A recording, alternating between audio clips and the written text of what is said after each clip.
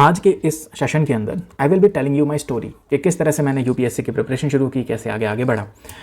अभी कुछ समय पहले ना मैं ऐसा सोचा करता कि कोई वीडियो आती जो बोलती वीडियो को एंड तक देखना और एंड में देखने के बाद आपको पता चलेगा कुछ डिफरेंट होगा। नहीं, मैं ये नहीं कहूँगा कि वीडियो को एंड तक देखना। आप चाहें तो यहाँ पे स्किप कर सकते हैं, आप चाहें तो आप दूसरी जगह पे जा सकते हैं। बट सिर्फ एक बात बताऊँगा कि जब मैं 25 ईयर एज का था तब उस समय के ऊपर मेरे मल्टीपल एग्जाम्स क्वालिफाई हो रहे थे और इतने सारे क्वालिफाई हो रहे थे कि मुझे आदत पड़ गई थी कि अगर मैं किसी भी एग्जाम को दूंगा तो मुझे ये नहीं लग रहा था कि इसमें मैं क्वालिफाई नहीं करूंगा, चाहे वो यूपीएससी का एग्जाम हो चाहे वो स्टेट पीसीएस का एग्जाम हो। आई वॉज द फियरलेस, कोई रोक नहीं पा रहा था मुझे। तो अब आप में से भी बहुत सारे लोग 25 की एज के साथ होंगे, आप में से बहुत सारे लोग हिंदी मीडियम के भी होंगे। तो in this session I will be telling you my journey कि किस तरह मैंने यूपीएससी की प्रिपरेशन शुरू करी और कैसे कैसे मैं आगे बढ़ता चला। अब इसमें से मैं मल्टीपल जो चीज़ें हैं, मेरा पर्सनल एस्पेक्ट है, उनमें से कुछ को रखूंगा, कुछ को हटा दूंगा। But I will be telling you कि किस तरह आप एक ही प्रिपरेशन से मल्टीपल एग्जाम को निकाल सकते हैं। एआई के अंदर अभी आप बहुत सारे आप लोगों ने किया होगा, वरना घर वाले तो जरूर ही करते हैं कि बाबा जी से पूछ लेते हैं। आप लोगों ने एआई से पूछा होगा कुंडली देके, नाम, डेट ऑफ बर्थ, जन्म वगैरह देकर कि भाई बताओ हम आईएएस ऑफिसर बनेंगे कि नहीं बनेंगे, बताइए। अब एआई अलग अलग व्यू पॉइंट देता है, कभी कुछ बता देता है, कभी कुछ बता देता है। But now I will be telling you that method, अगर आप उसे फॉलो करोगे देन आई एम 100% श्योर कि आप सेल कर जाओगे इस एग्जामिनेशन की जर्नी को। तो चलिए शुरुआत करते हैं। मैंने अपनी एज में जब 25 में था मैं, तब उस समय पे मल्टीपल एग्जाम्स क्वालिफाई किए थे, एक के बाद एक, और कोई सेपरेट प्रिपरेशन नहीं। सीएससी भी क्वालिफाई किया, सीडीएस तो मैंने कॉलेज के दौरान ही, मतलब जिस समय मैं रियल में एलिजिबल नहीं था, उस समय पे ये ओटीआर वगैरह नहीं होता था, जब एलिजिबल नहीं था तभी मैंने सीडीएस को फुलफिल करना शुरू कर दिया था और इनके एग्जाम्स क्वालिफाई करता जा रहा था। सीएपीएफ एसी का एग्जाम क्वालिफाई किया, नाबार्ड का एग्जाम क्वालिफाई किया, नाबार्ड का ग्रेड ए का, then Haryana civil services, then UP PCS, बहुत सारे एग्जाम्स मल्टीपल स्टेजेस तक मैंने क्वालिफाई किए हैं।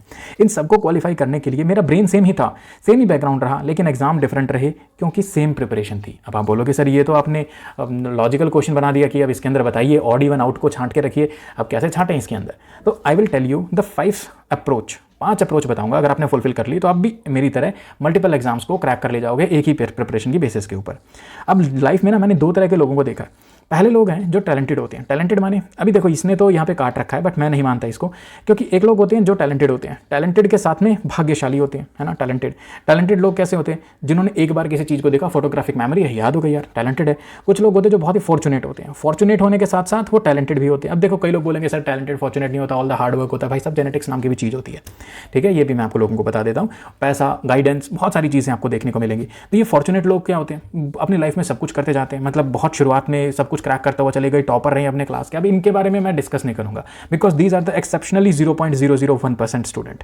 ये वो लोग होते हैं। मैं उन मासेस के बारे में बात करूंगा जो बहुत अपना रगड़ते हैं, बहुत मेहनत लगाते हैं और फिर उसके बाद कहीं जाके सेटल होते हैं। So I will be talking about the systems, जो इन सिस्टम के अंदर घुसता है, मेहनत करता है और फिर अपनी गलतियों से सीखता है, क्योंकि आगे कोई सिखाने वाला है नहीं। आप में से, मुझ में से बहुत सारे लोगों के माँ बाप ऐसे होंगे जिन्होंने सिर्फ ये बोला है कि बेटा तू जानता है सब कुछ, हम नहीं जानते, जहां तू बोलेगा वहां हम थोड़ा बहुत सपोर्ट करने के लिए तैयार हैं, तुम्हें पता है हमारे पास कितने पैसे हैं कितने नहीं है। तो ये 5 पिलर की अप्रोच हम देखेंगे कि किस तरह से आप इन 5 पिलर की अप्रोच को लगा के अपना टाइम सेव कर सकते हो। अब ये 5 पिलर आपने सुन रखी है, बट इनका अप्रोच बहुत ही अनऑर्थोडॉक्स है। जैसे strong foundation, current affair, ruthless revision, testing, scientific learning. अब ये आपका रेगुलर टेस्टिंग और साइंटिफिक लर्निंग को हम फर्दर आने वाले सेशंस के अंदर देखेंगे, बट इन तीनों चीज़ों को हम आज के सेशन में देखेंगे। अब उससे पहले मैं आपको आगे लेके चलूँ, मैं आपको अपने बारे में थोड़ा सा बता देना चाहता हूँ। भाई मैंने अपनी क्लास 12th की थी एकदम 10th क्लास तक। अगर मैं बताऊं तो 10th क्लास तक मैंने प्योर हिंदी मीडियम के अंदर करी थी, और इतनी हिंदी मीडियम के अंदर की थी कि मुझे कैंची की इंग्लिश भी नहीं बताती कि सीजर बोलते हैं उसे, है ना। सिंपल मशीन, सरल मशीन को सिंपल मशीन बोलते थे। उत्तक बोलता था मैं टिश्यूज़ को, तो मुझे पता ही नहीं था टिश्यूज़ उत्तक होते हैं। आप लोगों ने जिन्होंने साइंस हिंदी में की होगी तो उनको पता होगा। I have no idea about it. मेरी हालत बहुत बुरी थी। इसके बाद क्लास 11th के अंदर मैंने लिया था फिजिक्स, केमिस्ट्री, मैथ और बायोलॉजी, चारों की चारों चीज़ें। मुझे कोई आइडिया नहीं था, मार्क्स अच्छे थे, टीचर ने बोला ले ले सब, मैंने कहा दे तो सब, ले लिया पीसीएमबी के बाद। देन फाइनली आगे चल के मुझे रियलाइज़ होता है कि मैं कहाँ आ गया हूँ और क्या किन किन चीज़ों की मुझे ज़रूरत पड़ेगी। लेकिन फॉर्चुनेटली, या बताएं कि थोड़ी सी किस्मत ने मेरा साथ दिया था डेफिनेटली, इसे मैं मेरा प्योर हार्डवर्क नहीं बोल सकता हूँ। उसके बाद मैंने क्या किया, जब मैंने पीसीएमबी ली थी, देन आफ्टर दैट मैं ग्रेजुएशन के अंदर एडमिशन लिया। In that there was an entrance examination. उसके अंदर मतलब ऑल इंडिया लेवल का भी था, फिर हरियाणा के अंदर भी होता है, तो हरियाणा के अंदर अलग से उस समय पे एग्जाम होता था। And at that I got the double digit rank. अब जब डबल डिजिट रैंक आई तो मैं बड़ा खुश हुआ कि यार मैं तो बहुत स्ट्रांग हूँ, मैं तो बहुत समझदार हूँ, मैं तो ये हूँ, मैं तो वो हूँ, और ऐसा कर लिया। हाँ, अकेडमिक अंडरस्टैंडिंग थोड़ी बढ़िया थी, लेकिन आई वोंट से कि मैं सुपीरियर लोगों के अंदर था। डबल डिजिट रैंक थी, ठीक है, सिलेक्शन हो गया कॉलेज के अंदर, और मेडिकल कॉलेज था, एंट्रेंस के थ्रू अंदर गए। फिर वहाँ पर हुई भाई क्लासेस शुरू, और जब वहाँ पे क्लासेस हुई शुरू तो हो जो उन्होंने मेरे दिमाग के तोते उड़ाए थे, क्या बताऊँ, आज तक मुझे याद है। तो वहाँ पर मैंने बहुत सारी चीज़ें सीखी जिनको मैंने अपनी कॉम्पिटिटिव एग्जामिनेशन के अंदर यूटिलाइज़ किया। बताऊंगा किस तरह से यहाँ पे जो मुझे फोमो क्रिएट होता था, जहाँ पर ये मुझे एलियनेशन जैसा फील होता था कि कहीं मैं गलत तो नहीं आ गया, वो चीज़ मैंने कैसे ओवर पावर करी। सबसे पहले मैं बताऊँगा आप लोगों को कैसे बुक्स पढ़नी होती हैं, कैसे नोट्स और कैसे रिविजन करना होता है, और इन सभी चीज़ों के अंदर मैं अपनी कॉलेज की दास्तान भी बताता हुआ चलूँगा, और ये दोनों चीज़ें इंटीग्रेट करेंगी। जब मैं कॉलेज के अंदर गया तो फर्स्ट डे फर्स्ट क्लास, वहाँ पर मेरी क्लास शुरू होती है प्योर इंग्लिश के अंदर, ठीक है। अब प्योर इंग्लिश चल रही है, मेरा आधा चीज़ समझ में आ रही है, आधी चीज़ स्किप हो रही है, और सामने बैठी थी मैम, वो मेरी तरफ देख रही, और भाई मैं ऐसे झूठे आंखों में ऐसे आंखें मतलब ऐसे टिमटिमा रहा था, ब्लिंक कर रहा था कि भाई बिल्कुल सर मैडम आपकी बात जो बोल रहे हैं आप समझ में आ रही हो। पूरी क्लास मेरी तरफ देख रही थी, क्योंकि भाई डबल डिजिट रैंक होल्डर थे, तो लोगों को लगा पता नहीं क्या ही तो तोपची होगा। तो आई वाज लाइक कि यार चलो भाई क्या करें। अब 1 महीने तक तो मेरा दिन ऐसे बीते कि मैं ऐसे हालत में सुबह उठूँ कॉलेज जाना ऐसा लगे कि जैसे कोई खाने को दौड़ रहा है।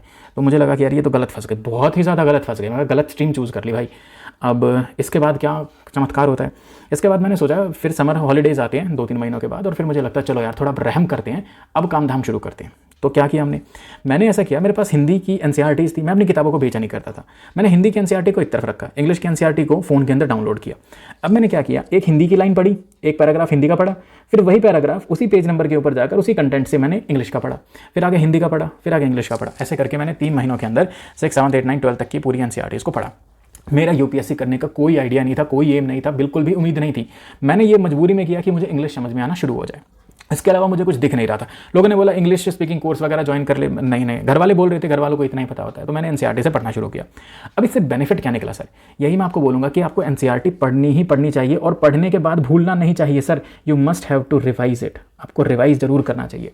क्यों, मैंने जब इन एनसीईआरटी को पढ़ा तो धीरे धीरे मेरी वोकेबुलरी इंक्रीज हो गई, धीरे धीरे मेरी जो कंसेप्चुअल क्लैरिटी है वो डबल हो गई। कैसे, एक बार मैंने हिंदी में से पढ़ा तो बढ़िया हुआ, फिर इंग्लिश में से पढ़ा, सेम चीज़ सेम फीलिंग, हिंदी के अंदर सेम फोटो, इंग्लिश के अंदर सेम फोटो, तो दोनों फोटो को देख के पिक्टोग्राफिक मेमोरी जनरेट होती हुई चली गई, दिमाग में चीज़ें आनी शुरू हो गई। अब आप एक चीज़ तो एनसीईआरटी के बारे में मानते होगे, हालांकि इन्फॉर्मेशन एनसीईआरटी में इतनी नहीं है, लेकिन एनसीईआरटी के अंदर जो फ्लो है ना भाई साहब, आप इस फ्लो को पढ़ के देखना। अगर आपने एक बार एनसीईआरटी को पढ़ना शुरू कर दिया ना, तो बिना चैप्टर खत्म हुए चैन ना ले पाओगे, स्पेशली वर्ल्ड हिस्ट्री वाली चीज़ें बिल्कुल ऐसी स्मूथ हैं, और यही तो होता है फ्लो, इसी को तो लोग बोलते हैं फ्लो, यही तो होता है ऑर्गेनिक फ्लो जो आपको ऐसे में चाहिए होता है, यही तो वो चीज़ होती है। आप इसी चीज़ को मिस करते रहते हैं, आप नोट्स के पीछे भागते हैं, आप इन चीज़ों को एनकलकेट नहीं करते अपनी टीचिंग के अंदर, अपनी पढ़ाई के अंदर, अपनी स्टडी के अंदर। अब मैं आपको बताता हूँ, यहाँ से इस लेवल से मैं इतना ऊपर उठ के गया हूँ कि अभी रिसेंटली मैंने कुछ क्लासेस ली थी, और एक बहुत एमिनेंट इंस्टीट्यूट, नाम पता है आप लोगों को, सीधा थंबनेल के ऊपर दिखाई ही देता है, वहाँ पर जब मैंने क्लासेस ली तो स्टूडेंट्स में से 1-2 स्टूडेंट्स ने ऐसा बोला कि sir you are speaking way too fast, थोड़ा सा इंग्लिश को थोड़ा स्लो कीजिए। अब देखिए कि ऐसा स्टूडेंट जिसे कैंची को इंग्लिश में क्या बोलते हैं ये तक नहीं पता था क्लास 11th के अंदर, उसने यहाँ पर आकर इतना बड़ा लेवल जो है वो अचीव कर लिया।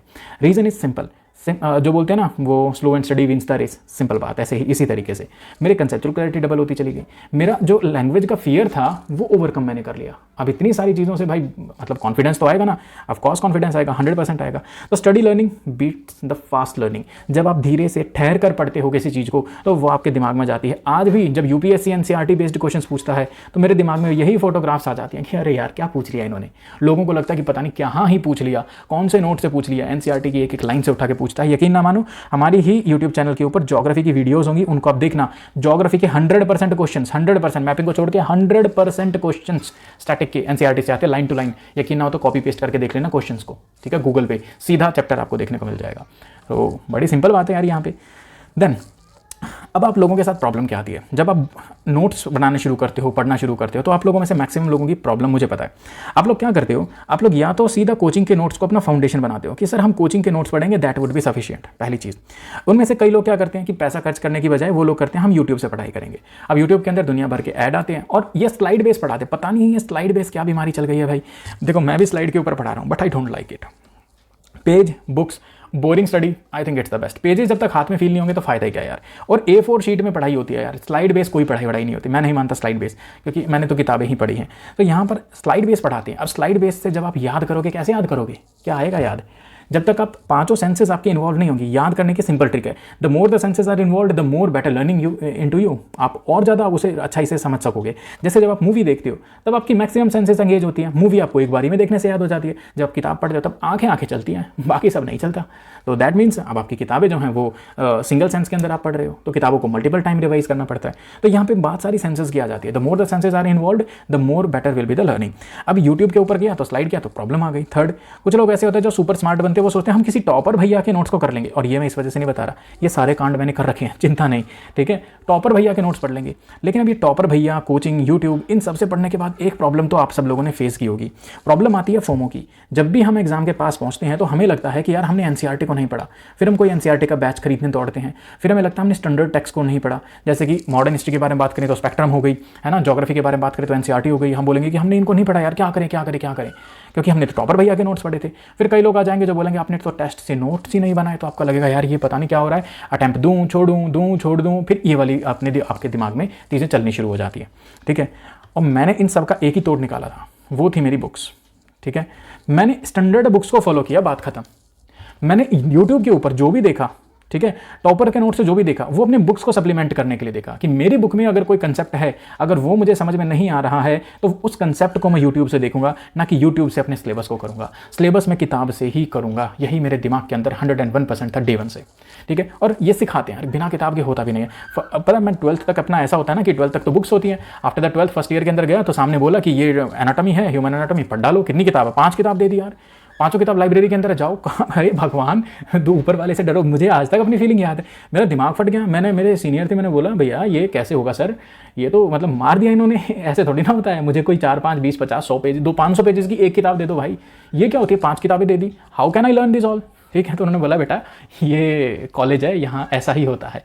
Then I realise it. तो मैंने वो जो मेरी हैबिट है वही यूपीएससी के अंदर रखी थी। इसकी वजह से मैंने सिलेबस को अपने पास रखना शुरू कर दिया। कॉलेज में हम ये सीख गए थे कि सिलेबस पास रखो, जितना सिलेबस में उतना पढ़ना है, पूरी की पूरी किताब नहीं पढ़नी होती 500-600 पेजेस की, जितना सिलेबस में गिवन है सीधा पढ़ो, बात खत्म, ठीक है। और अब जब मैं उन चीज़ों को पढ़ रहा था तो मैं मेंस के एनेक्डोट्स भी साथ में निकालना शुरू कर दिया। जैसे आपको बताता हूँ, एक है ना आपका फ्रेंच रेवोल्यूशन के अंदर आता है टूटी हुई हथकड़ी, उसका सिंबल। अब ये मैं एस्से के अंदर ना हर बार यूज़ करता हूँ। उसमें ये बताता है टूटी हुई हथकड़ी, it's a symbol of liberation, ठीक है। अब देखिए ना, आप कोई भी ऐसे लिखिए, उसमें बोलेंगे ना कि हमें लिबरेट करना है, चाहे हमें एजुकेशन के मामले में हो, हेल्थ के मामले में हो, डेमोक्रेसी के मामले में हो, वुमेंस के मामले में हो, है ना, ट्रांसजेंडर्स के मामले में हो, इंफ्रास्ट्रक्चर के, हमें लिबरेशन लेके आनी है हर जगह के ऊपर। तो मैं तो रेफरेंस देता हूँ भाई फ्रेंच रेवोल्यूशन की टूटी हुई हथकड़ी का, कि जिस तरह से उसने ऐसा शो किया था वैसे हमें भी करने की जरूरत है। तो एनेक्डोट ऐसे निकलने शुरू हो गई जो स्टैटिक हैं एकदम, जिनको मैं मल्टीपल जगह पर यूटिलाइज कर सकता हूँ और जो और कोई यूटिलाइज भी नहीं करता। That's how I got the benefit out of that. मैंने हाईलाइट करना शुरू कर दिया एग्जाम्पल्स को। जैसे कि अगर मैं आपको बताऊँ, जैसे मुंडक उपनिषद है, बहुत सारे लोग इसे यूज करते होंगे तम उसमें सत्यमेव जयते के अंदर, बट आई राइट एनीथिंग और फिर बाद में मुंडक उपनिषद लिख देता हूँ। थोड़ा सा एनथिकल है बट हाँ थोड़ा थोड़ा चलता है ना। देन इसकी वजह से क्या हुआ, मैंने सिर्फ एक सोर्स को पकड़ा। जब मुझे रिवीजन करना था तो मुझे सिर्फ इसी सोर्स को करना था और मैं सेटिस्फाइड था। मुझे पता था मैंने इस चीज़ को कर लिया, दैट्स इट। इससे बेटर तो दुनिया भर की चीज़ें कर लो, जाओ मरो वहाँ पे, लेकिन ये मिनिमम बेयर है वो मैंने कर लिया है। मुझे ये वाला फोमो फील नहीं होता था एग्जामिनेशन के अंदर। That's the best thing for me, ठीक है। अब फिर धीरे धीरे क्या शुरू हुआ, अब हमारे सामने एक प्रॉब्लम आती है कि जब हम बहुत सारा चीज़ें पढ़ लेते हैं तो याद कैसे करें। अब प्रॉब्लम अंडरस्टैंडिंग की होती है, मेमोराइजेशन की होती है। बहुत सारे लोगों को लगता है this is just a college exam, मतलब college exam not the science वाला, बीटेक वाले और ये इन मेडिकल स्टूडेंट्स ये क्यों आगे निकल जाते हैं। रीज़न यही होता है, किताबें बहुत सारी होती हैं और इनको छांट कर पढ़ना होता है, छांटना आ जाता है, ठीक है। ये आर्ट इनको आ जाती है। बाकी आर्ट वगैरह कॉलेज के अंदर उन्हें लगता है कुछ भी लिख दो बात बन ही जाएगी। Not the eminent art colleges, but जो अपने सिंपल गांव देहात के अंदर या फिर टाउन के अंदर देखने को मिलते हैं, टियर 2 टियर 3 सिटीज़ के अंदर, वहाँ पर यही हाल चलता है। तो लोग वहाँ पर वही अपनी लर्निंग की स्किल को इस्तेमाल करते हैं कि एक एक लाइन, एक एक वर्ड, एक एक शब्द याद होना चाहिए क्लास 9, 10, 11, 12 वालों की तरह, बट ऐसा नहीं होता। अब हमें चीज़ों को कनेक्ट करना पड़ेगा, सब्जेक्ट्स को कनेक्ट करना पड़ेगा। जैसे यहाँ पे तो FRBM एक्ट दिया हुआ है। मैं आपको एक सिंपल इमेजिनेशन बताता हूँ। मान लीजिए आप लोग ऐसा समझ के देखिए कि RBI की मॉनेटरी पॉलिसी कमेटी है, ठीक है। मॉनेटरी पॉलिसी कमेटी क्या बताती है, इन्फ्लेशन रेट को बताती है, भाई इन्फ्लेशन कितना होना चाहिए, ठीक है। अब आप सोच कर देखो यार, अब बहुत सारे लोग याद करते हैं, हाउ आई रिमेंबर्ड इट, ये सिर्फ मैं अपने याद करने का तरीका बता रहा हूँ। इन्फ्लेशन को याद करने का तरीका कैसा था, भाई महंगाई जैसे ही आती है तो लोग मीडिया में गालियां देना शुरू कर देते हैं, सरकार निकम्मी, सरकार ये, सरकार वो। तो भाई ठीक है, गवर्नमेंट का रोल होगा इसके अंदर, बिल्कुल मॉनेटरी पॉलिसी में गवर्नमेंट का रोल होगा। फिर सोचते हैं अब गवर्नमेंट में अनपढ़ मिनिस्टर होते हैं, इनको कहाँ से कोई आइडिया है, तो यहाँ पर RBI के जो ऑफिसर्स होंगे वो भी आएंगे, ठीक है। अब RBI के ऑफिसर्स एक तरफ होंगे और गवर्नमेंट के ऑफिसर्स एक तरफ होंगे, दोनों में लड़ाई होगी, कौन आगे। गवर्नमेंट बोलेगी हम ज़्यादा लोग होंगे, RBI बोली हम ज़्यादा होंगे, तो आखिर में मामला किस पे हुआ कि दोनों में इक्वल होंगे। Very good. अब यहाँ पे बोला एक बंदे ने कि भाई एक आरबीआई का मेंबर लिया, एक गवर्नमेंट का। बोले यार एक एक बंदे से डिसाइड करोगे क्या? तो फिर बोले कि नहीं, दो दो कर लेते हैं। तो बोले यार दो में से अगर एक बंदा बीमार हो गया, इधर से एक बंदा बीमार हो गया, तो फिर एक एक की मीटिंग होगी, ये तो फिर वही बात हो गई। तो बोले ठीक है, एक काम कर लेते हैं, 3-3 कर लेते हैं। अब इसमें कोई दिक्कत? तो बोले नहीं ये ठीक है, 3-3 की ठीक है। तो यहाँ पे गवर्नमेंट ऑफ इंडिया 3 लोगों को भेजती है, आरबीआई 3 लोगों को भेजती है, और इसके अंदर आरबीआई का गवर्नर जरूर होगा। तो this is how you can imagine, आप अपनी नैरेटिव स्टोरी को बिल्ड कर सकते हो और फिर उससे आप डिसाइड कर सकते हो कि आपको याद किस तरह करना। अब इस चीज़ को ना मैं कभी भूल ही नहीं सकता किसी भी तरीके से, क्योंकि मैंने इमेजिन कर लिया दोनों लोगों को लड़ते हुए, आरबीआई और गवर्नमेंट को, एक एक 2-2 के ऊपर, 3-3 के ऊपर। So that's how you should learn, that how you should connect. अब आगे चलते हैं। Then notes making system. अब बहुत सारे लोग ना नोट्स को बनाते हैं। अब एक चीज़ तो मैं सबसे पहले ये बताता हूँ भाई, यूट्यूब पे व्यूज़ बढ़ाने के चक्कर में आई डोंट नो वाई लोगों ने द हिंदू एडिटोरियल की जो नोट्स बनवाते हैं, they are the worst of the practices. उनसे घटिया और उनसे बेकार प्रैक्टिस हो ही नहीं सकती। It is the worst of the practice. Why sir? आप किसी भी बंदे को उठा लो, पूछ लो कि तुमने द हिंदू के एडिटोरियल के नोट्स बनाए, क्या निकाला?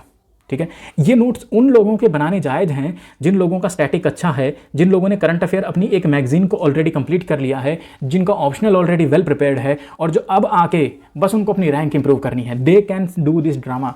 अदरवाइज अगर आपका स्टैटिक पूरा ही नहीं है भाई साहब, मत बनाओ नोट्स, पहले स्टैटिक को पूरा करो, उसके बाद आगे बढ़ो। ये मैं अपने बाय एक्सपीरियंस बता रहा हूँ आपको। नहीं बनाने होते द हिंदू एडिटोरियल के नोट्स, क्या करना होता है? पढ़ना होता है। इसके बारे में फिर कभी डिस्कस करेंगे। बट नोट्स कब बनाएं? लोग ऐसा रखते हैं, किताब इस तरफ, पेज इस तरफ, एक लाइन पढ़ेंगे, एक लाइन लिखेंगे, एक लाइन पढ़ेंगे, एक लाइन लिखेंगे। नोट्स ऐसे बनाएंगे कि जैसे उनको दूसरी किताब छापनी हो, है ना? ऐसे नहीं छापी जाती भाई। सबसे पहली रीडिंग आपको लेनी होती है अंडरस्टैंडिंग करने के लिए कि ये बोलने क्या क्या चाह रही हैं। ऐसा मत सोचो मुझे याद करना है, ऐसा सोचो ये बोलना क्या चाह रहा है। किताबें बोलती हैं, किताबों को ह्यूमन लाइफ के अंदर इमेजिन करो, किताबें समझाती हैं आपको, अंडरस्टैंड करो। सेकंड नंबर पे, अब जब आप इसे पहली बार पढ़ोगे ना, तो 40% चीज़ आपके दिमाग में जाएगी ही जाएगी। सर कितना बचा remaining? 60%। When you will read the second time, then another 20 to 30% will go into your brain. चलिए इसको रफ करके मान लेते 25%, मतलब यहाँ पे गया 60, 70, 80, 85% आपके दिमाग में जा चुका है। इसके लिए बिना नोट्स के आपके दिमाग में 85% चीज़ें आपके दिमाग में लोड हैं। अगर आपने दूसरी रीडिंग कर ली तो, थर्ड रीडिंग कर ली तो क्या होगा? अब थर्ड रीडिंग के साथ में आप नोट्स बनाइए ना अपने साथ में, तो जो 15% आपको याद नहीं है या इनको जैसे ऑर्गेनाइज करके लिखना है, वो आपका ब्रेन आपको बताएगा। And that's the power of your brain. यही आप अपने करके देखो एक बार इस चीज़ को, कितना स्मूथली आप चीज़ों को कर पाओगे।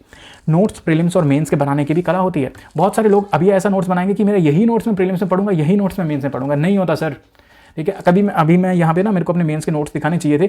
मैंने A4 शीट को, ये मैंने कॉलेज में सीखा था सर, बिल्कुल लिटरली मैंने कॉपी किया है उसी चीज़ को। यहाँ पे A4 शीट को मैं ऐसे फोल्ड कर लेता था, मेरे सीनियर थे वैसे ही फोल्ड करते थे, A4 शीट को ऐसे फोल्ड कर लेते थे।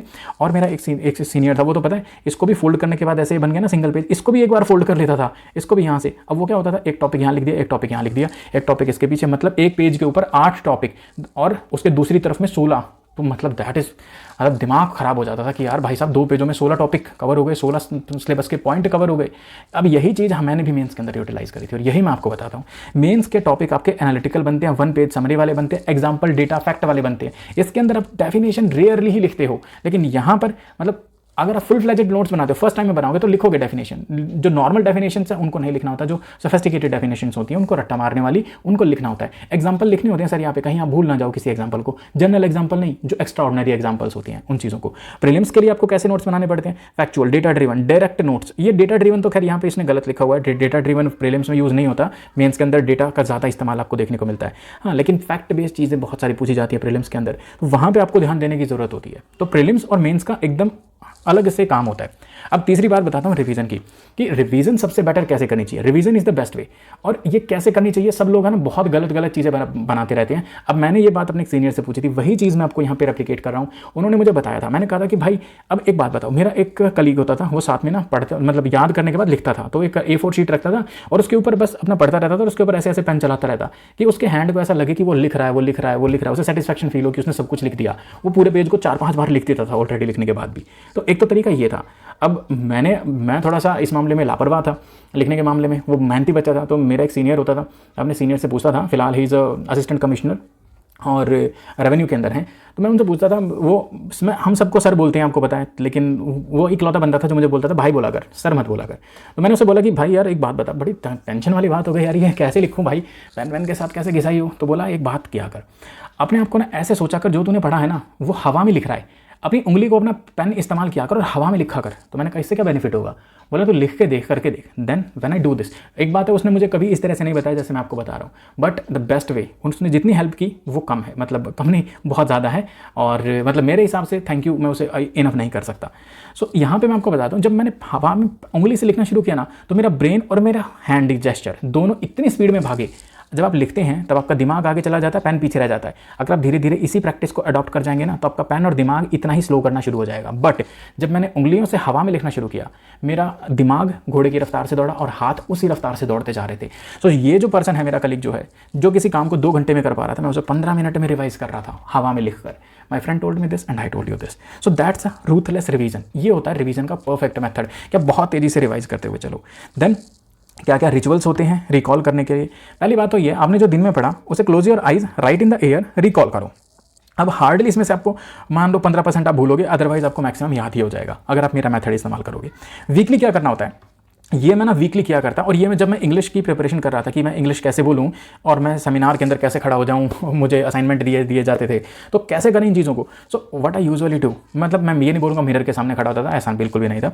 मैं ये stand in front of the mirror बकवास है ये, आप कहीं पर भी खड़े हो जाओ और शाम को बाहर जैसे टहल रहे हो, खाना खाने के बाद घूमने जाते हो, तो जस्ट ट्राई टू इमेजिन कि आप यूएन की असेंबली में खड़े हो और आपसे आके किसी ने पूछ लिया कि sir what you think about democracy, ठीक है, does India really improving with the democracy, और इंडिया के अंदर the state of democracy has been degraded.